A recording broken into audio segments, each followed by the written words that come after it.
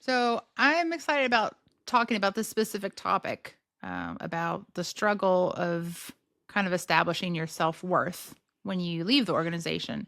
Because not only did I go through it, so many other people that I've talked to kind of found themselves like in that same boat. When you're kind of rocked to your foundation after you first get out, there's definitely not just the guilt of like, oh, I let my family down. I disappointed people. But I think if you grew up in the organization, so much of your value or how you see yourself is based on your merit. It's definitely like a meritocracy. You know what I mean? Like I sure do. Yeah. it's not. It affected my confidence and my self-worth really, really badly. It affected my success, so many other things in life because I was always the lesser. Like everyone else is greater than you. And while you don't, I mean, I don't want to march around, and be arrogant. It was to the point where I wasn't getting stuff done that I needed to get done. I wasn't succeeding in areas of life that I could because not only did I think I lacked it, but I felt like I had to put on a show that I was lesser than everybody. This very apologetic show. It's almost false humility, but then Mm-hmm. it affects you or affected me by creating that low self-esteem issue, this cycle. And we want to start by saying that obviously we are not therapists, but we are experts on what it is like to be Jehovah's Witnesses and dealing with the aftermath emotionally. And so also all of our maybe our comments on this topic are based on advice given by mental health professionals. Definitely get therapy if you're in a situation to where you can get that, particularly with a therapist who offers religious trauma recovery assistance, because that's huge. But yeah. Yeah, I think when you're adapting to life on the outside, you almost have they call it like imposter syndrome. Like you feel like you don't deserve to be here. Like you've somehow fooled everybody into thinking that Hmm. you've earned your spot in this place. And I believe when we had our voicemail episode where people called in and shared their stories or experiences, I remember one of the callers specifically said, even though I've been out for many years, I still really struggle with feeling like I'm not enough or, I'm not good enough. And that Right. just, it's heartbreaking because if you've made it out, you've already overcome the biggest hurdle. Not that Right. there still won't be hurdles, along the way, but you're already half the battle is already behind you. So I mean, it's tough, but the good news is it doesn't last forever. And if you are feeling that way, it's totally normal and you're not by yourself. So yeah, we're just gonna chat about that a little bit. Right. And mainly how the JW system uh, of beliefs and indoctrination destroys self-worth, how that damage showed up for us after leaving, and then how with, therapy help and just by trying to, grow, we were able to rebuild that in a way that we're just not feeling so badly all the time, from, that weird system that they have set up. So we're going to chat about those things and some of the wins that we've experienced and that we've heard from others. So we also would like to invite you guys, if you'd like to leave your story on speakpipe.com/difficult childhood, how it affected your self-esteem being one of Jehovah's Witnesses and how you were able to overcome that. Or I would say maybe we don't ever 100% over it. It always changes us, but how you were able to grow past that and win out over that system of beliefs. So we'd love to hear from you in the comments or on SpeakPipe. And yeah, and keep in mind that if you do leave us a message on SpeakPipe, but you don't want us to use the message, keep in mind we can change your voice so that nobody will be able to identify you. So if you're interested in leaving a message that we might be able to use on a future episode, just let us know that you'd like your voice changed, and we'll do that for you. So we appreciate it. But first of all, how the Jehovah's Witness system destroys self-worth. And I think the first one for me was the conditional love. Just growing up, you would be physically punished. I would be physically punished, or told that I didn't have value if I wasn't in line with, you know, the you know, the JW way of doing things. If I did something that was gave a bad witness or something like that. I always said that. Oh man. I don't know what was that. Reproach. You bring reproach. There it is. Yeah. That's the one. Yeah. How was that for There it you? is. Oh yeah, same. I mean, being a kid is tough. And, just part of that process is you're going to make mistakes. You're going to screw up. But there wasn't really ever a time, at least that I can recall, that my parents approached it. And same thing with all my friends' parents. Like, okay, they're just learning. They're just learning how to be 10 years old, 12 years old, 14 years old. It was always like you were expected to perform at adult standards Mhm. as far as like behavior, manners, uh, just how you present yourself. Like you were just expected to be like almost perfect. Um, and any mistake you did make on top of, oh, it made your parents mad and now you're upset that you let your parents down. You also have brought this reproach on God Almighty because, you made a mistake in this area or that area. So then it was like a whole separate level of disappointment that you felt on your shoulders. Oh And that's yeah. crazy. Like I can't imagine like making our kids feel like that. They're Yeah. human beings. You know what I mean? That's nuts. That's too much for a child's psyche to process. It's too much. Agreed. It's so intense, and it also is a very weird thing that some religions do, and particularly JWs do it, is where you said like bringing reproach on Jehovah's name. I don't know how 7-year-old me can make God look bad if he's real and great. And What yet are you we found a talking way. about? I found a way. Then it's extra bad. So it is it's like this false humility, this arrogance that you're teaching a kid that his actions can make the creator of the universe look bad. Like what? How could that possibly? Why does he always need everybody to defend his position and make him look good? Why isn't that just clearly worth it? It's a very toxic version of Christianity, if you'll excuse me. I know you don't like that In one, in but first grade, you didn't have that figured out? jeez. But then, of course, in affecting you even more was the fact that, I mean, your dad would give you the belt, and Oh my man. dad would give us this oak piece of trim, this heavy piece of The wood, and just paddle. beat you with it. And it was not a light swat. So, I mean, you're an adult, you're a giant to little kids, and you're beating them because they're not doing things that make God look good. That is just so much deeper trauma than I know how to unpack and understand how in the ways that must have affected me and you. Did you get paddled if you didn't raise your hand at the meeting? I don't remember that specifically. I think it was more for making noise or getting out of hand in a specific way. For Mm. not doing the spiritual thing, I don't know. Maybe I was always too scared to not do that. Why did you? So when we were real little, we didn't have to give like big elaborate comments during the watchtower or anything. Right. But whether it was the book study or the watchtower or whatever, you were expected to at least raise your hand to read a scripture. The Hmm. brother on the platform would say like, who would like to read, Jeremiah, blah, blah, blah.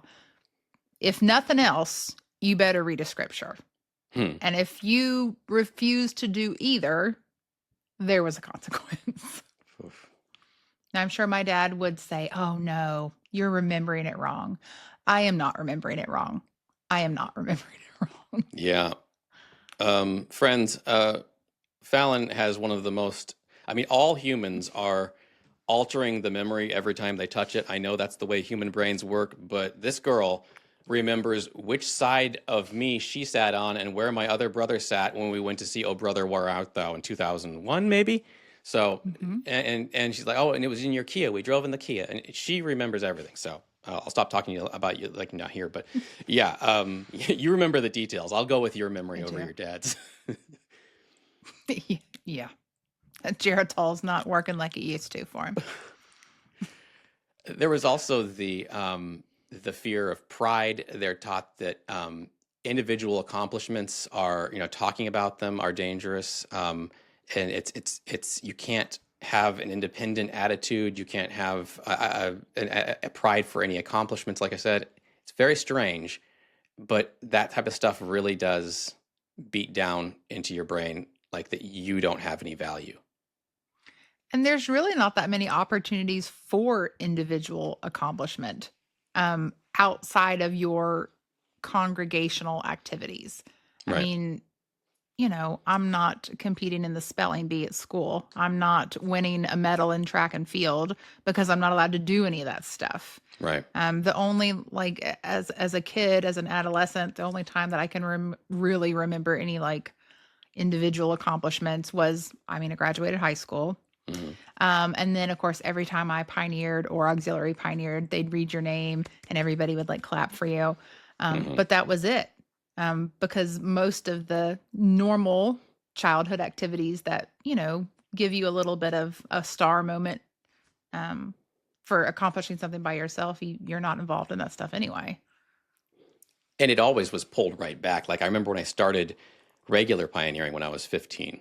Mm. Then I got the announcement and I was like, oh, yay, I'm great. I'm doing a good job. And then when I was 20 and I stopped because I just literally couldn't, I hadn't even gotten, it wasn't removed for anything I had supposedly done. I just couldn't do it anymore. I had to work full time and I couldn't handle it. I couldn't get my time in. So then they announced from the platform, Jason Hansen is no longer serving as a regular pioneer. So it's Dun, dun, dun. slap. And they don't know why you're no longer serving as a regular pioneer. And that's when the tongues start wagging. Yeah. Well, Shame. I think it's because XYZ reason. Mm-hmm. Yeah. And then that's So the march through the town, the naked march while winging a shame bell. It's, the Game of Thrones shame nonsense. It's absolutely disgusting. So anytime they give you any praise, instead of, oh, Jason Hansen completed 5 years of regular pioneering, and we want to praise that, and hope he can do that again someday, but my goodness, that was a great accomplishment. It's no, he's not a regular pioneer anymore, and no explanation. So the there's end. so much shame attached with just literally having a busy schedule. But you mentioned the after school activities. I think that's a huge thing, that after school activities aren't allowed. I mean, you've seen this with your grandkids. Mm-hmm. I mean, what are they're doing, like basketball and stuff, right? They're doing it all. Yeah. They're doing basketball. They're doing volleyball. They are interested in baseball. And it's so crazy just to watch how it it makes them strong, like internally, like their spirit. My little granddaughter, she is kind of like more introverted. She usually likes to play by herself. Like she's just, she's content to just kind of be in her own little world. And she signed up for this little church league, little basketball Nah. league. And I thought to myself, like, oh, I don't know, like how she's gonna do with that.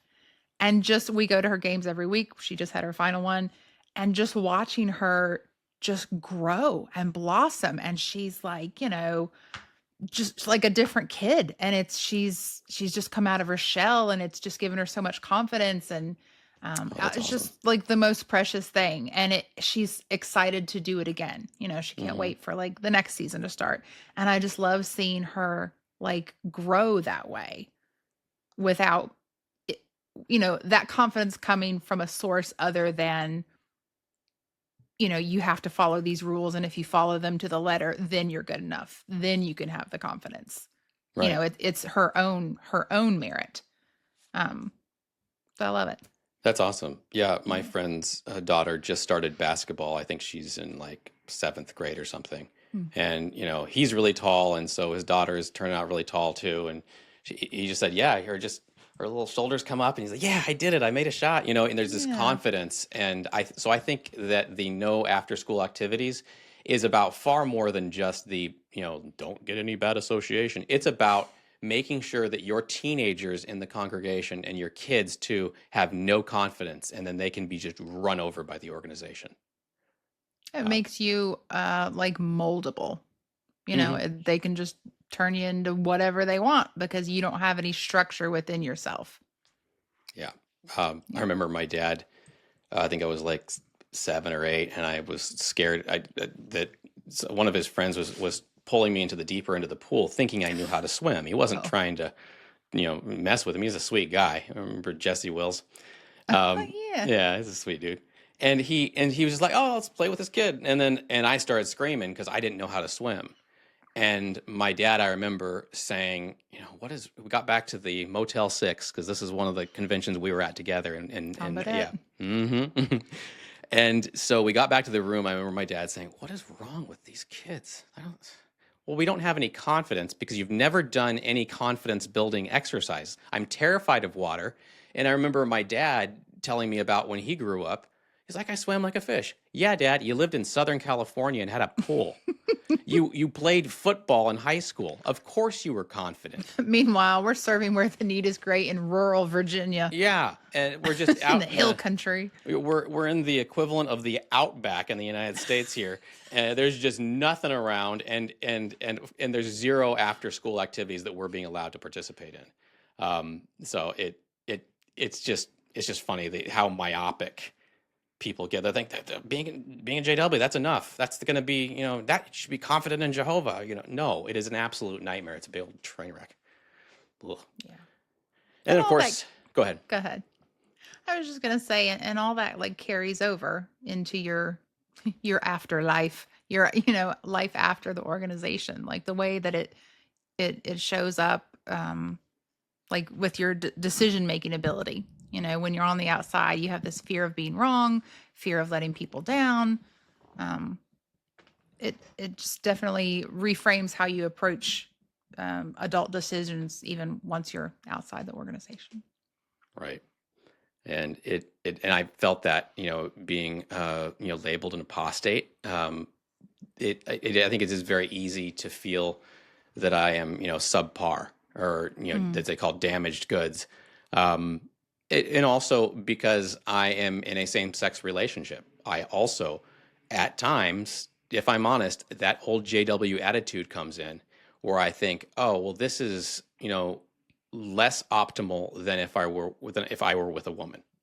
Mm. Like, then I'd be more okay, and maybe then my family would talk to me. And you know, regardless on your beliefs on that, I think that is, I don't know. I don't really know where to go with that. It just is. It makes you feel, again, less quality, just because you're you're the kind of person that it doesn't line up with their standards. And it's weird because I'm in a relationship now that is far more healthy than any other romantic relationship I've ever been in. And Mm. more, we just don't fight. We get along so well. So it's a very strange thing to have my brain literally try to tell me that it isn't healthy, when it's like, no, it is. It's actually going swimmingly, you know?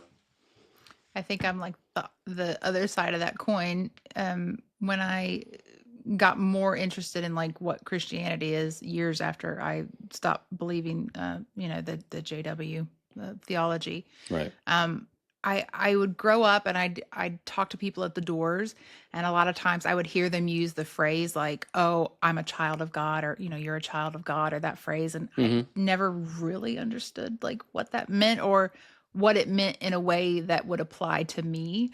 But as an adult, like, once you kind of let that old thinking go, um, I feel like I understood it more, that as far as feelings of unworthiness, I'm worthy because he says I'm worthy, Hmm. not because I'm perfect, not because I'm cranking out 90 hours a month, not because I, um, am learning sign language and traveling to Panama, or, Hmm. I'm worthy because his blood makes me worthy. And that's it. It doesn't mean I'm perfect. That doesn't mean, I can just throw caution to the wind with my life. But I mean, I'm worthy because, not because of a meritocracy, because he says so. And that is so freeing. Like, it's just so unburdening. I've been unburdened by what has been. It's just such a weight off of my shoulders, Yeah, to such a not more feel healthy like, way. yeah, oh, I love it. Love it. Yeah, just feeling like you're never going to be good enough something that did follow me for quite a while there. Um, Self-doubt came up in my relationships, and it also came up with work. Like I'm a small business owner, so part of my job is going out to other businesses and, you know, selling. I mean, like, oh, this is what I have. I have the answers for what your business needs in this situation, and I do. And Yeah. my customers are all better off for having gone with my services than using, that's why they switched to me. But I would have so much insecurity. Like, oh yeah, certainly you could try us out if you wanted, and there's my card, and that kind of lack of confidence really does screw with, your success in sales. That little voice that just says, "What if it all goes wrong? What Yeah, if it all goes wrong?" yeah. I remember hearing that voice like every time I signed up to Pioneer. Hmm. I would tell myself, like, okay, I have my schedule organized. I can do this 90 hours. But every time you had to sign like an actual like little contract. Remember? Hmm. Fill out your application. And I remember every time I signed it, that voice would be like, "What if it all goes wrong?" Oh, And no. you're ridiculed because you don't make the 90 hours, which PS is a ridiculous amount of hours. It was nuts. Yeah. But I never asked myself, like, what if it goes right? Because you're just not programmed to think that way. Mhm. It's all catastrophe thinking. Mhm. Yeah. Yeah, catastrophize everything. And then I also would have a fear of my decisions going horribly wrong, Sure. because the JW doctrine teaches you that if you get it wrong, that equals death. You will be executed Mhm. by your loving God if you get it wrong. And as a result, even after I didn't believe in the doctrine anymore, I would really question my decisions, second guess myself. Always, always, always, I'd have to be going to the Jehovah's Witness version of God for advice on how to do something, Mhm. and of which I heard zero answers, by the way. And then you'd go and then if I tried to, I wouldn't rely on my own understanding. I wouldn't rely on my own gut at all. And man, that was just rough for so many other areas of life. Picking a partner who I dated after I left, and then and work again. It was very, yeah, it really affected me in that way too, I think. Agreed. Same. I was not very good at setting boundaries. How are you with that? I Once I got on the outside, I just went so hard into like people pleasing mode. I mean, I felt like I already was that way to a degree, a pretty large degree on the inside. Hmm. But then once I was on the outside, people I was with, like new friends I was trying to make, people at my work, because I didn't have this foundation of, you know, uh, I'm a Jehovah's Witness and so are you, because I previously had like worked with other witnesses and, only witnesses are the people that you're friends with. So when I didn't have that common thread between Hmm. us, I felt like I had to do everything that I could to make people like me and want to hang out with me. And so the people pleasing went kind of into overdrive.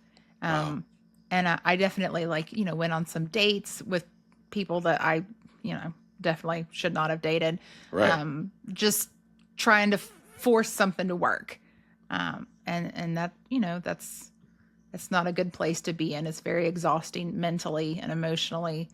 Um, but I just didn't know what else to do.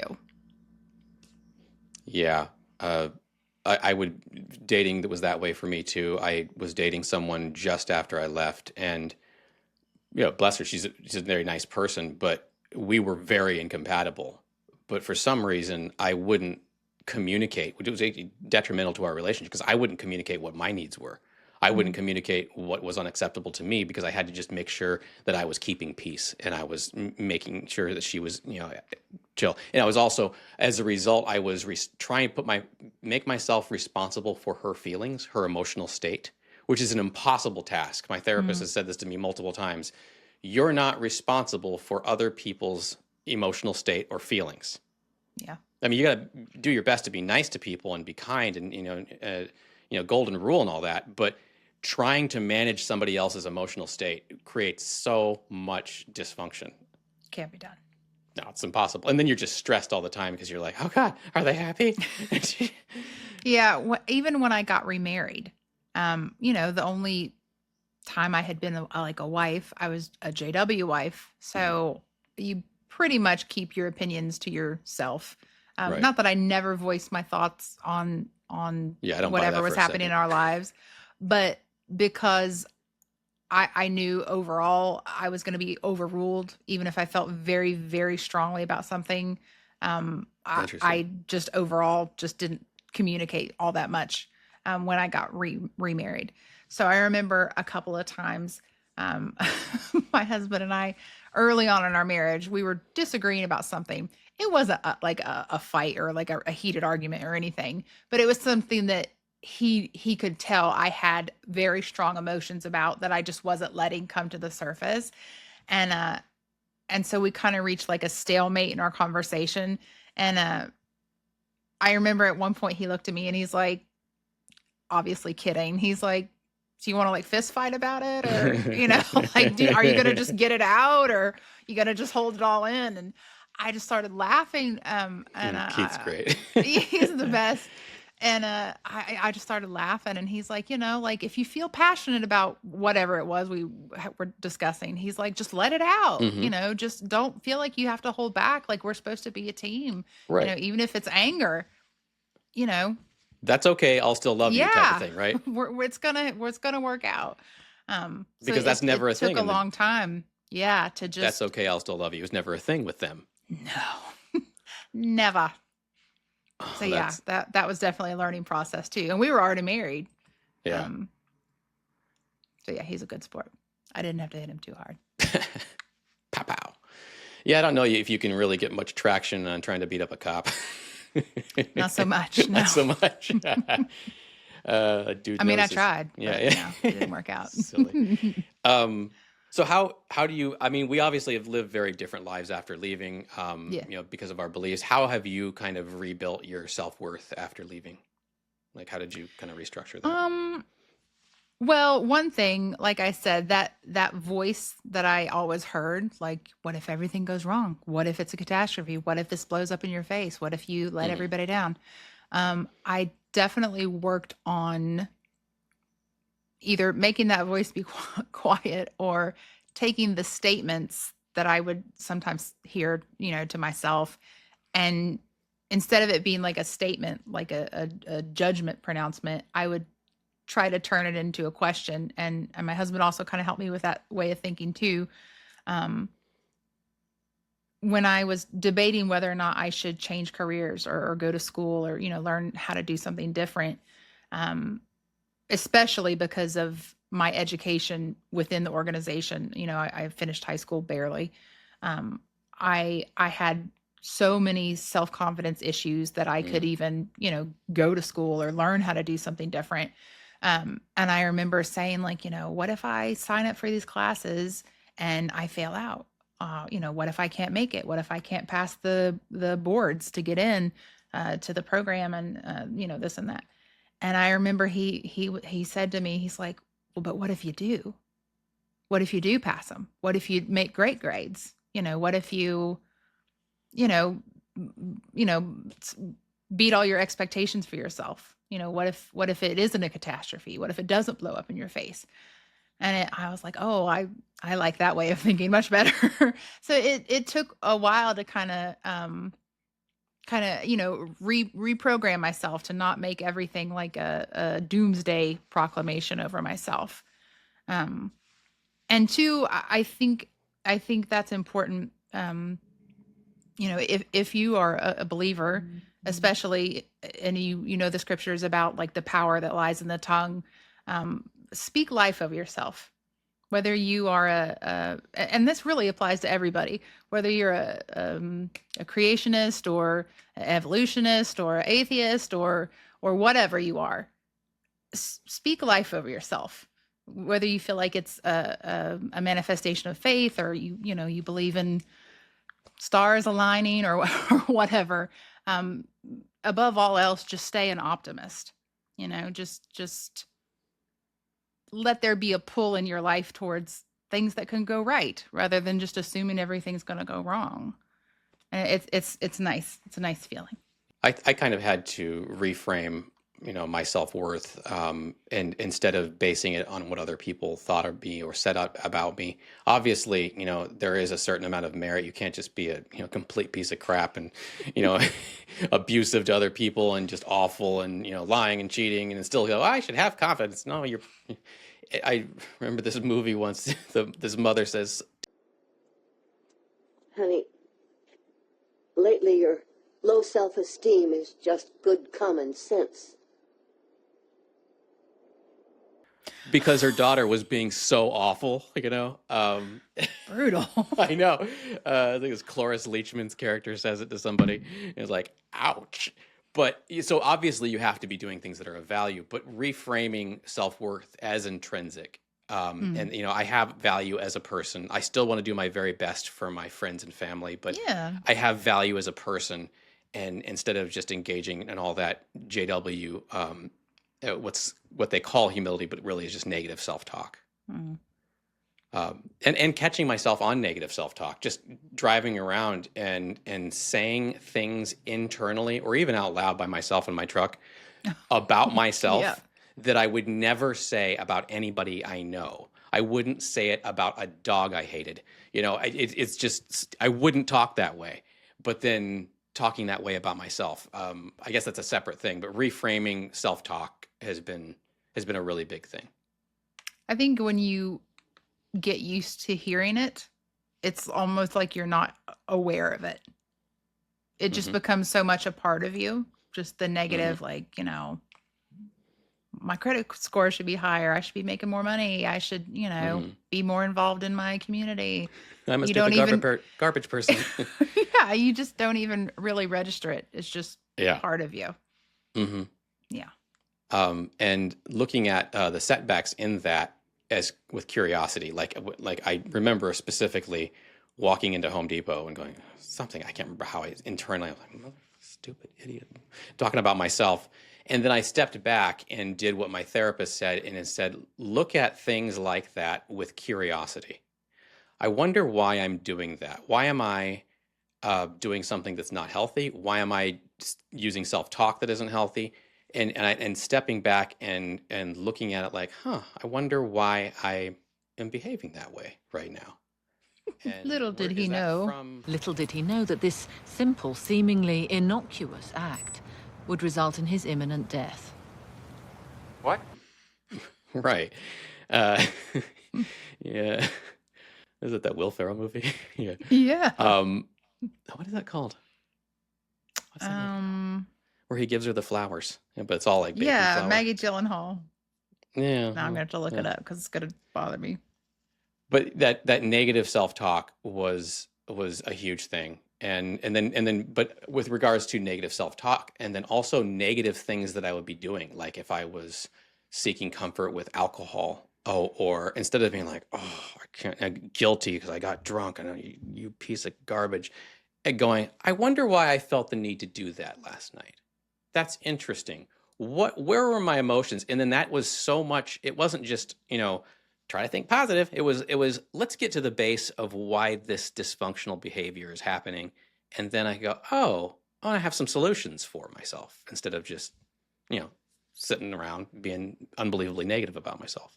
Stranger Than Fiction.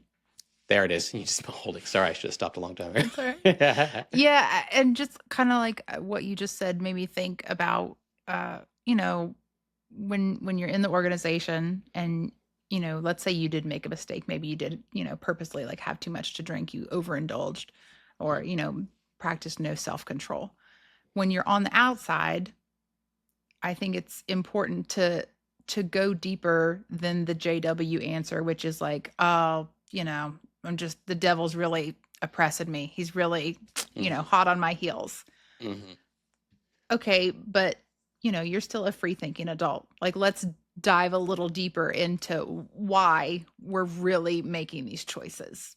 Right. What are we really trying to escape something? Are we really using that as a band-aid to cover deeper issues or old trauma or hurt or depression? Like, let's not just slap the devil's, hot on my tail. Yeah. You know what I mean? Then that's not solution oriented either, because I mean, you can't. Are you going to blame the devil? And Right. then how's he going to change? He's Let's apparently bad.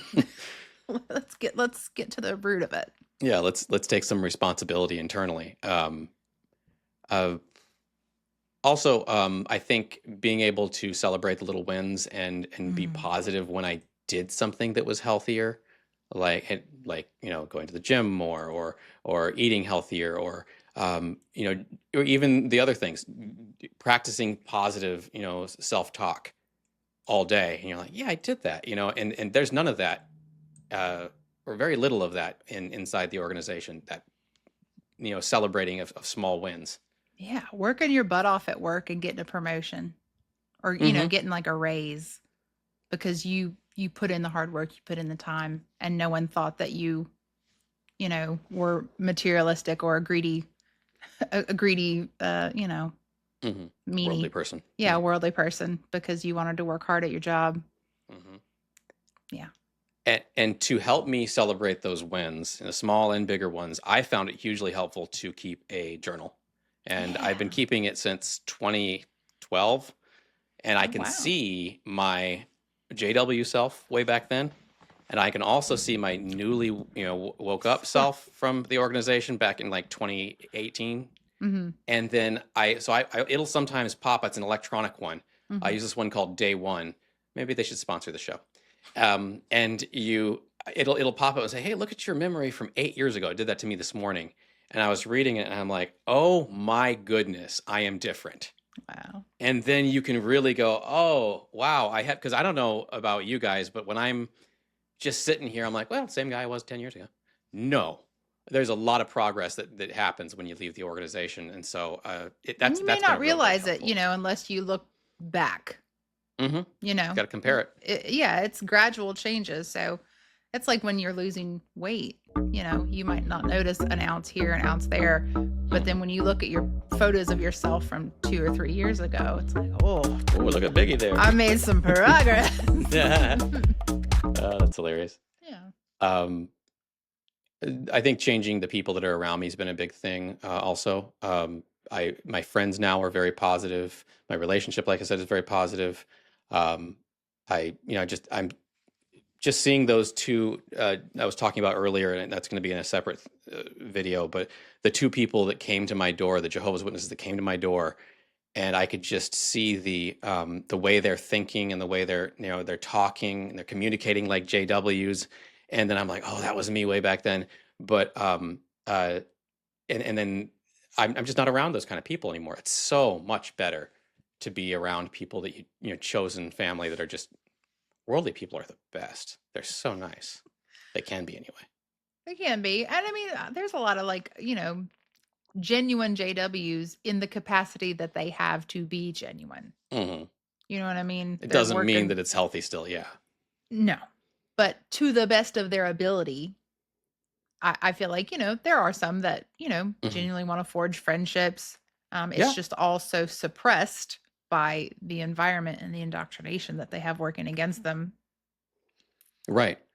And to kind of clarify that, crystallize that point there, I think surrounding myself with healthy, happy people has been a huge, huge thing. Yeah. Agreed. And it's been, and again, like I said, it's not just like, oh, automatically they're not JWs, therefore they're healthy. I bumped into some very unhealthy people but Sure. then since I'm not in a cult with them, I don't have to be their friend, and it's great. That's just been huge. Yeah. Changing the people that are around me. And we've talked about this so many times, but therapy and getting therapy with a therapist, particularly for me, I don't know if this applies to everybody, but somebody who specializes in religious trauma. Absolutely. Because it's a horse of a different color. Hmm. Yeah. And I've said this before. My first therapist after I left turned out to be a Mormon, and that's why it wasn't working. He was just like, I don't get it. Yeah, sure. About This all all the seems totally normal. Sure. I should have been able to tell by how unbelievably translucently white he was, but It was his that his it was hair and that everything. Utah white. Oh man, you look like Mike White. You know that guy that's the director of White Lotus? Oh, Google that dude. He is a genetic Mormon. I mean, he's not a Mormon, but he's it's from funny. the Caucasians, the mountains of the Caucasus. Yeah, you're talking sunburn on a full moon. Yeah, that's so dumb. But yeah, I mean, those are kind of some of the things that have helped us. So, what is? I guess we'll put it to you guys. What things have helped you get kind of to grow with your self-worth and your happiness now that you've left the organization? What things have been valuable tools? I know we've only scratched the surface and we're just talking about our perspective here. Yeah. And those are the voice messages that I get most excited about. I mean, not most excited about. We love hearing from you guys about whatever topic. Mhm. But a lot of times when we talk in the voicemails, it's about like, shared struggles.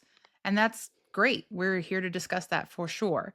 But we also love to share like common victories. So Yeah. when you leave us a message and you say like, I got that promotion, I lost that weight. I got out of that unhealthy relationship. I